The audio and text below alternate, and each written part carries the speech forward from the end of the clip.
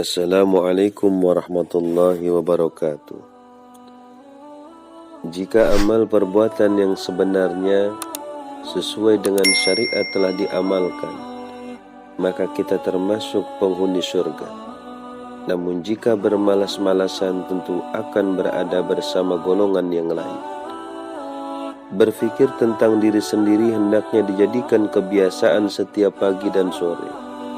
Jangan sampai terlena terhadap diri dan sifat-sifat kita yang dapat menjauhkan diri dari Allah Subhanahu wa Ta'ala.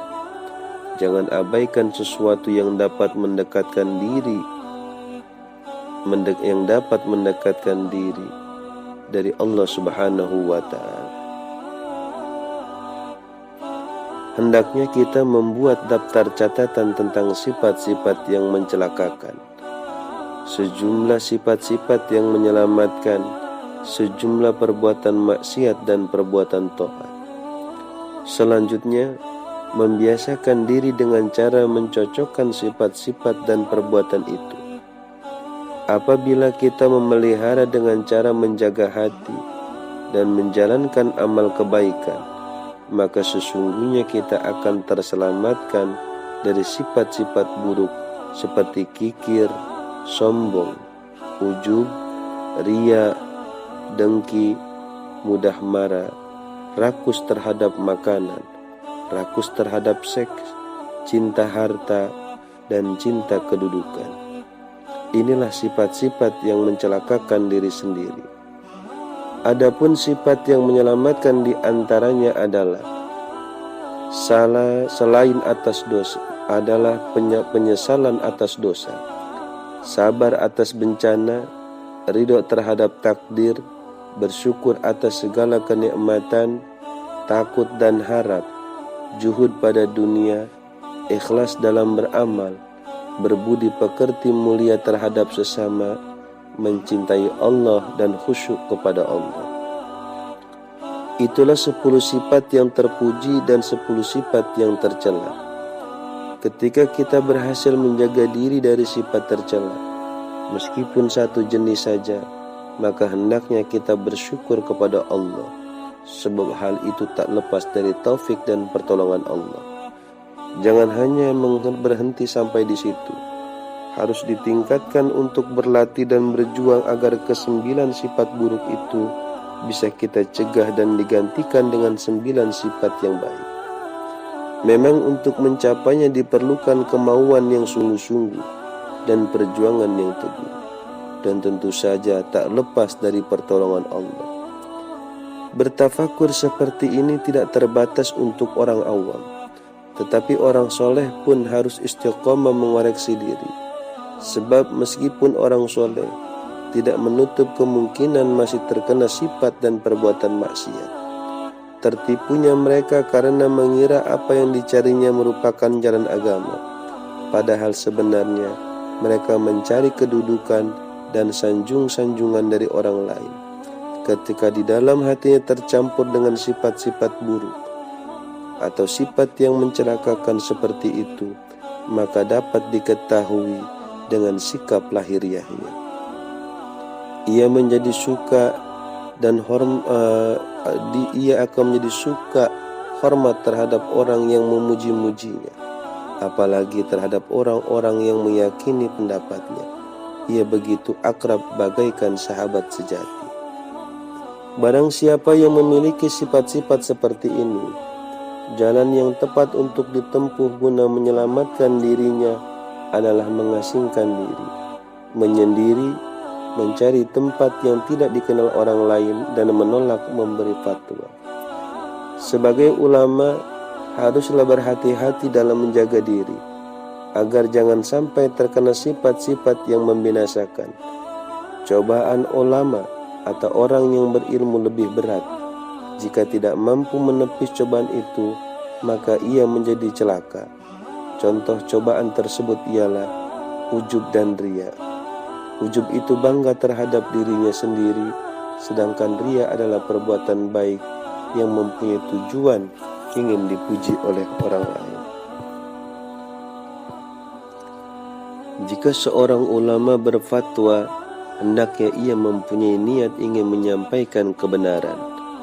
Diterima atau tidak oleh orang lain, itu terserah mereka. Jika mendapat pujian, hendaknya mengatakan, sesungguhnya agama Islam sudah ada sejak sebelum aku lahir di dunia. Begitupun setelah aku mati, sendi-sendi Islam tidak akan menjadi roboh.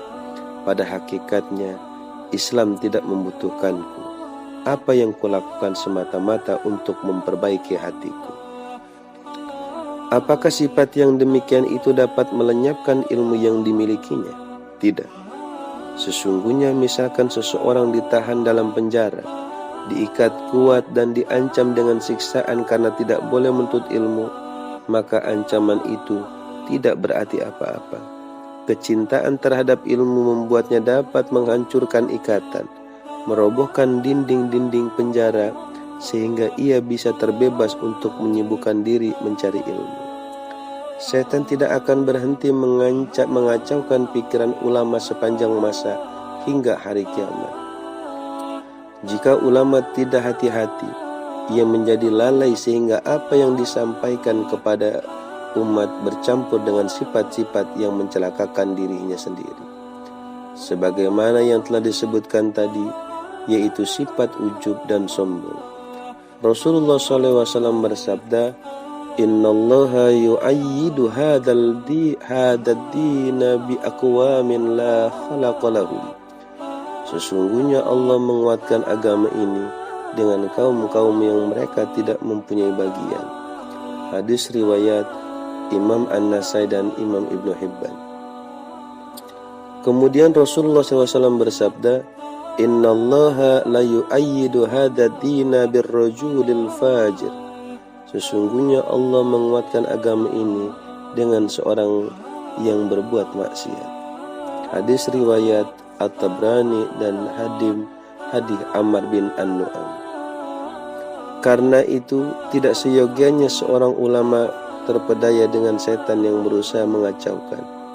Lalu ia menyibukkan diri dengan bercampur dengan makhluk sehingga terdidik hatinya dalam mencintai kemuliaan, sanjungan dan penghormatan. Sesungguhnya yang demikian itu adalah cikal bakal sifat munafik. Rasulullah SAW bersabda, Hubbul jahi wal mali yumbitun nifaq fil qalbi kama yumbitul ma'ul baqla.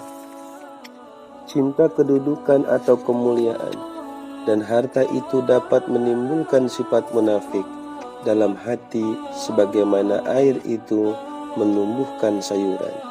Hadis riwayat Abu Nuaim dan Ad-Dailami.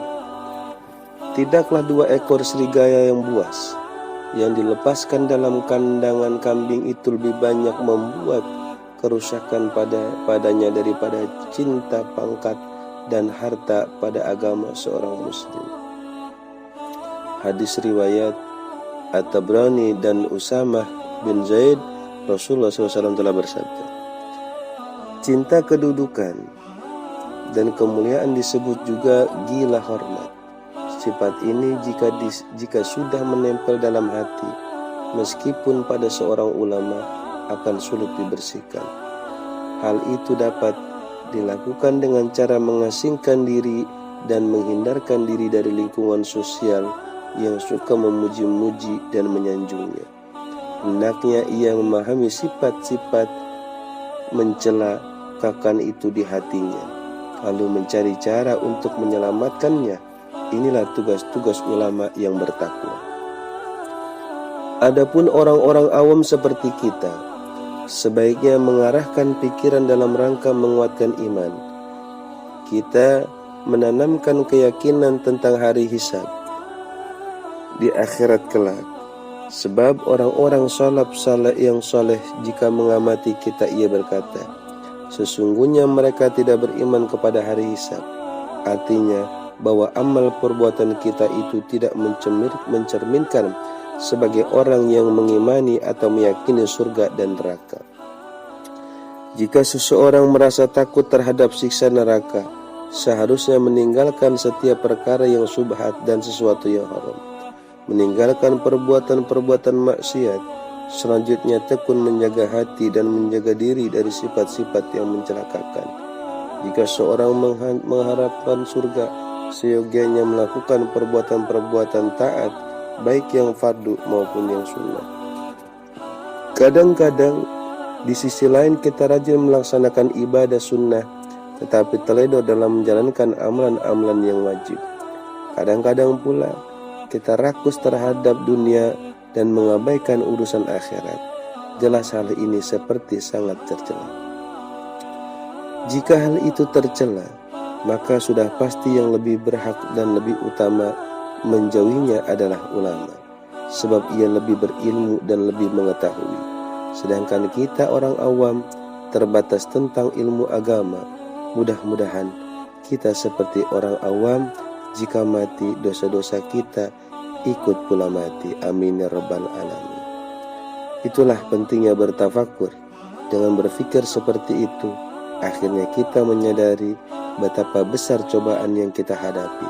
Kita mohon kepada Allah agar Allah memperbaiki dan memberikan petunjuk menuju taubatnya sebelum Allah mematikan kita.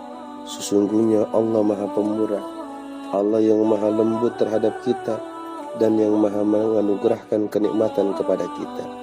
Begitulah cara berpikir para ulama dan orang-orang soleh tentang dirinya atau ilmu muamalah.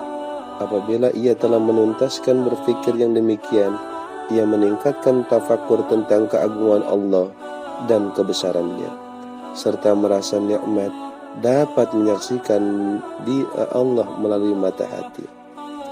Hal seperti itu hanya bisa ditempuh dengan cara melepaskan diri dari sifat-sifat yang mencelakakan dan memelihara sifat-sifat yang menyelamatkan. Namun, jika di dalam hati atau diri kita masih tercampur antara sifat yang mencelakakan dan sifat yang menyelamatkan, maka kita bagaikan orang yang sakit.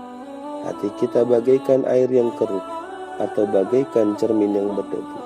Atau ibarat kita sedang bersama seseorang yang kita rindukan dan kita cintai, sementara di balik pakaian kita terdapat ular dan kalajengking yang menggigit tubuh berulang kali.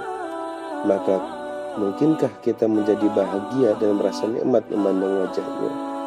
Hal itu tidaklah mungkin, karena konsentrasi kita terpecah atau bahkan tertuju kepada kalajengking dan ular yang mengganggu. Karenanya binatang itu harus dikeluarkan dari dalam pakaian. Sifat-sifat yang tercela yang dapat membinasakan inilah dalam bahasa agama diistilahkan kalajengking dan ular. Kita mendengar bahwa di alam kubur terdapat ular dan kalajengking yang gigitannya begitu ganas. Ukuran itulah yang sebenarnya dapat dijadikan sebagai peringatan atas cara berpikir seseorang tentang sifat-sifat yang ada dalam dirinya. Sifat berupa ular dan kalajengking harus dikeluarkan, dan selanjutnya kita melindungi dari serangannya dengan cara memelihara sifat-sifat yang menyelamatkan, yaitu sifat yang disukai oleh Allah dan diridhoi oleh Allah Subhanahu wa taala. Amin amin ya rabbal alamin. Semoga bermanfaat.